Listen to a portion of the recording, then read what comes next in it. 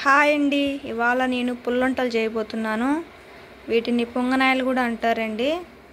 దీనికి కావాల్సింది 2 పచ్చిమిర్చి, పసుపు, ఎర్రగడ్డ, సాల్ట్, కొత్తిమీర, కరివేపాకు అండ్ వంట సోడా.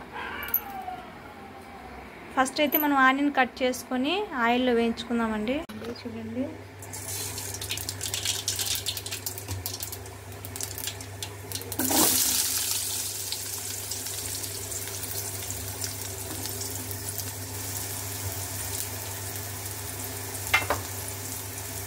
పచ్చిమిర్చి అండి కొద్దిసేపు వేయించాలి.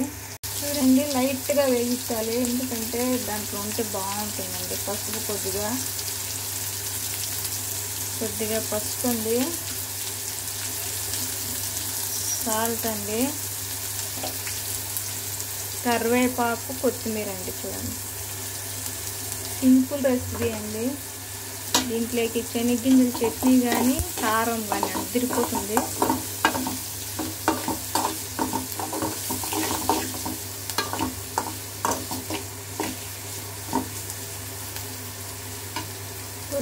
కొద్దిగా పసుపు వేసుకున్నాను.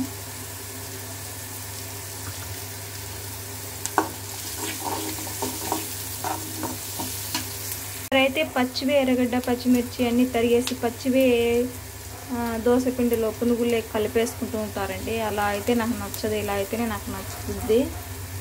ఇంకైతే పిండిలో పోసుకునేద్దామండి.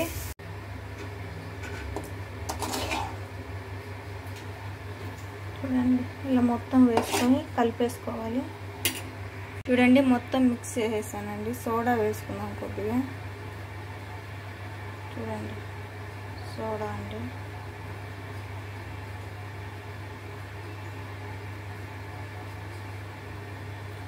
మిక్స్ చేసుకునేద్దాం కదా. చూడండి, బాగా మిక్స్ చేసేసాను నేను. ఇంకైతే పెనం పెట్టుకొని పొంగనాలు చేసుకున్నామండి. పెనం అయితే పెట్టుకున్నాను, హీట్ అవనియండి కాస్త. ఓకేనండి, ఇలా నూనె కొద్దిగా వేసుకోవాలి. ఇలా నేనైతే ఇలాగే వేస్తాను.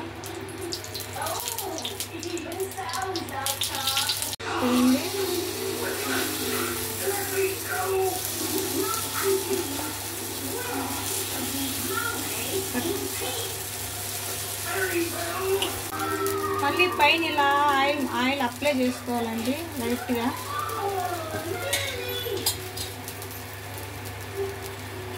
చూడండి ఎంత పర్ఫెక్ట్గా తిరుగుతుందో ఇది, అతుక్కోకుండా. చూడండి, బాగా కాలింది.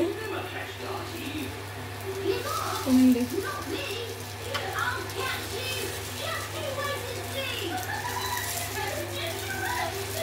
పర్ఫెక్ట్గా ఉండే, కలర్ఫుల్గా ఉండే కదా, చూస్తేనే తినాలనిపించేస్తుంది.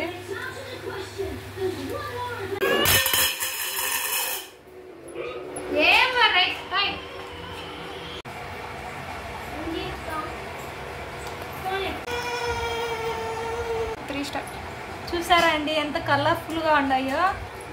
చూడండి, ఎంత విరక్కుండా ఎంత బాగా వచ్చినాయో. చాలా టేస్టీగా ఉంటుంది. మీరు కూడా కంపల్సరీ ట్రై చేయండి. పుల్లొంటలు లేదా పొంగనాయలు అంటారు వీటిని. ఓకేనండి, టేస్ట్ చూసి చెప్తాను ఎలా ఉందో.